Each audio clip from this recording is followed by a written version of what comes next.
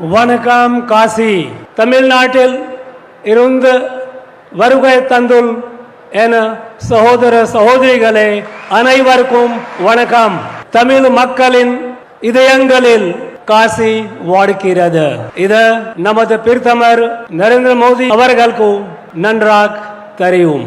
காரணம், அவர்களின் இதயத்தில் பாரத் வாழ்கிறது. அவர்களின் இதயத்தில் தமிழ்நாடு வாழ்கிறது.